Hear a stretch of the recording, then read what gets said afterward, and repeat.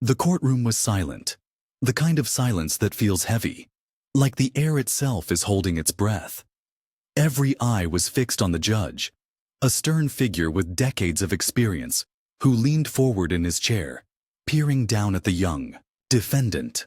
The boy couldn't have been more than 16, his dark skin contrasting sharply against the pale, sterile walls of the courtroom. He stood tall, though, his shoulders back, his chin up, and his eyes sharp, almost too sharp for someone his age. The judge adjusted his glasses, a faint smirk playing on his lips. He thought he had this case figured out. After all, how complicated could it be? A kid, a minor offense, and a straightforward hearing.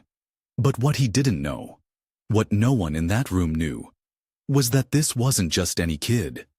This was Malik Johnson, a legal prodigy with an IQ that rivaled some of the greatest minds in history. And today, the judge was about to learn that the hard way. It all started when the judge, perhaps out of boredom or curiosity, decided to play a little game. Truth or lie, he said, his voice echoing through the room. You've heard of it, haven't you, son? Malik nodded, his expression unreadable. The judge leaned back, clearly amused. All right then. Let's see how honest you are. Truth or lie? Did you commit the crime you're accused of? The room tensed. This wasn't standard procedure, and everyone knew it. But the judge was in control. Or so he thought. Malik paused, his eyes narrowing as if he were calculating something far beyond the question itself. Then, with a calm that sent shivers down the spines of everyone present, he replied, "Lie." The judge raised an eyebrow, intrigued. "Explain," he demanded. Malik didn't flinch. "I didn't commit the crime," he said, his voice steady. "But I can prove it.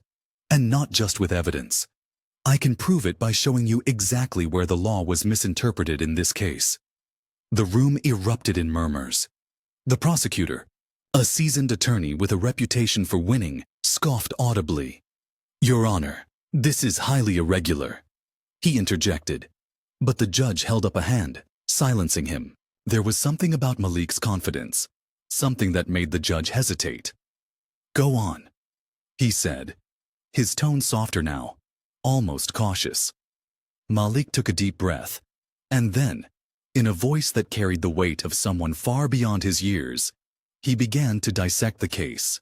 He cited legal precedents, pointed out flaws in the prosecution's argument, and even referenced obscure statutes that most lawyers wouldn't know existed. The judge's smirk faded, replaced by a look of genuine surprise.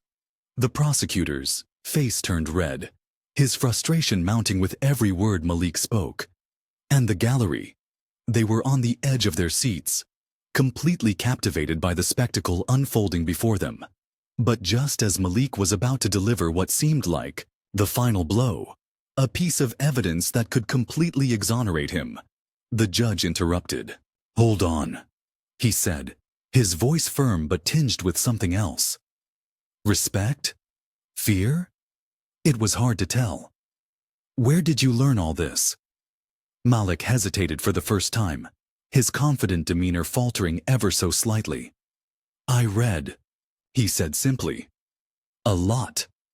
The judge studied him, his gaze piercing, as if trying to see through the boy's calm exterior.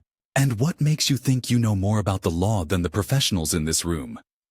Malik's lips curved into a faint smile, one that sent a chill down the judge's spine. "Because," he said, his voice dropping to almost a whisper, "the law isn't about who's been practicing the longest. It's about who understands it the deepest." The room fell silent again, the tension so thick you could cut it with a knife. The judge leaned back in his chair, his mind racing. He had expected a quick, straightforward case. Instead, he was face to face with a legal genius who had just turned his courtroom into a battleground of wits. And as Malik stood there, waiting for the judge's next move, one question hung in the air, unanswered. What would happen next?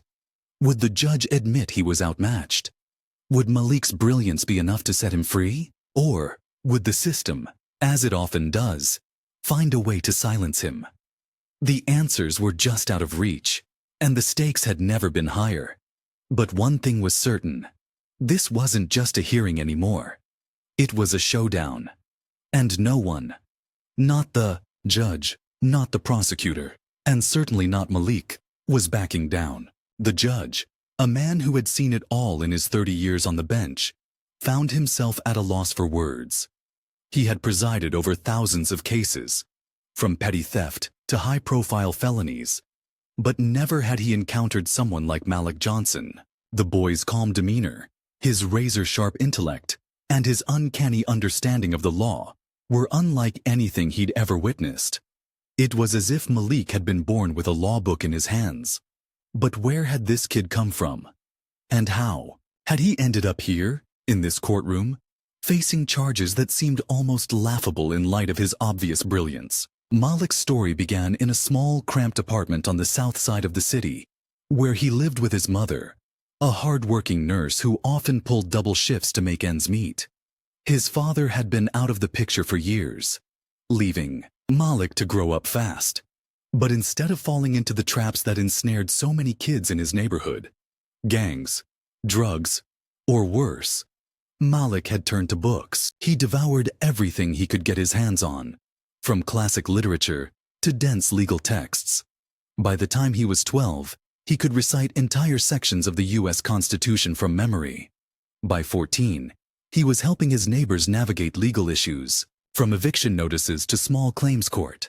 Word of his talent spread quickly, and soon, people were calling him the kid lawyer. But Malik never charged for his services. For him, it wasn't about money. It was about justice. The charges against Malik stemmed from an incident at his high school. A teacher had accused him of hacking into the school's computer system to change grades. Not just his own, but those of several other students. The evidence seemed damning. A trail of digital footprints leading straight to Malik's laptop. But Malik insisted he was innocent. "I didn't do it," he had told his mother the night he was arrested. "But I'll prove it." And now, standing in front of the judge, he was doing just that. Piece by piece, he dismantled the prosecution's case, pointing out inconsistencies in the digital evidence and raising questions about the school's security protocols. It was a masterclass in legal argumentation, and everyone in the room could see it. Everyone, that is, except the prosecutor. The prosecutor, a man named Richard Grayson, was not used to losing. With his tailored suits, slicked back hair, and a voice that could command a room, he had built a reputation as one of the city's most formidable attorneys. But today, he was struggling. Malik's arguments were airtight, and Grayson could feel the case slipping through his fingers. He had expected an easy win. A scared kid, a few pieces of evidence, and a quick conviction. Instead, he was facing a legal savant who seemed to know the law better than he did. It was humiliating, and Grayson wasn't about to let it stand. "Your Honor," he said, his voice tight with frustration, "this is highly irregular. The defendant is not a licensed attorney. He has no right to—" "Objection overruled," the judge interrupted, his eyes still fixed on Malik. "The court recognizes the defendant's right to represent himself. Proceed." Grayson clenched his jaw but said nothing. He knew better than to argue with the judge, especially in front of a packed courtroom. Instead, he turned back to Malik, his eyes narrowing. "Fine," he said, his tone dripping with sarcasm. "If you're such a legal genius, then tell us this. If you didn't hack the school's system, who did?" Malik didn't flinch. "I don't know," he said calmly. "But I do know this. The evidence against me was planted. And I can prove it." The room erupted in gasps. Even the judge looked stunned. "Planted," he repeated, his voice rising. "Do you realize the gravity of what you're saying, young man?" Malik nodded. "I do, Your Honor. And I'm prepared to present evidence to support my claim." The judge leaned forward, his curiosity piqued. "Go on," he said. Malik reached into his pocket and pulled out a small USB drive. "This contains a digital forensic analysis of my laptop," he explained. "It shows that the so-called digital footprints the prosecution is relying on were created by someone else, using a remote access tool. In other words, my laptop was hacked, not by me, but by someone who wanted to frame me." Grayson's face turned pale. He had no idea Malik had this kind of evidence. "Your Honor," he said quickly, "this is highly irregular. The defense cannot introduce new evidence at this stage without prior notice." The judge frowned, clearly torn. On one hand, Grayson was right. The rules of procedure were clear. On the other hand, Malik's claim was explosive, and the judge couldn't ignore it. "I'll allow it," he said finally. "But proceed with caution, Mr. Johnson. If this evidence is as significant as you claim, it could change the course of this trial." Malik inserted the USB drive into the court's computer and began to walk the judge through the forensic analysis. It was complex, technical stuff, but Malik explained it with a clarity that even the laypeople in the gallery could understand. As he spoke, the tension in the room grew. Grayson looked increasingly uncomfortable, his confidence visibly shaken. The judge, meanwhile, was leaning forward, his eyes glued to the screen. He had seen enough to know that Malik wasn't bluffing. This kid was the real deal. But just as Malik was about to reveal the most damning piece of evidence, a timestamp that proved his laptop had been accessed remotely at the exact moment the grades were changed, the judge raised his hand. "Stop," he said, his voice firm. "This is getting too deep for a preliminary hearing. We'll need to reconvene at a later date to fully examine this evidence." Malik's heart sank. He had been so close to proving his innocence, but now he would have to wait. The judge banged his gavel, adjourning the hearing, and the room erupted in chatter as people began to file out. Malik stood there, his mind racing. He had come so far, but he wasn't out of the woods yet. Grayson was already gathering his papers, a determined look on his face. He wasn't going to let Malik win without a fight.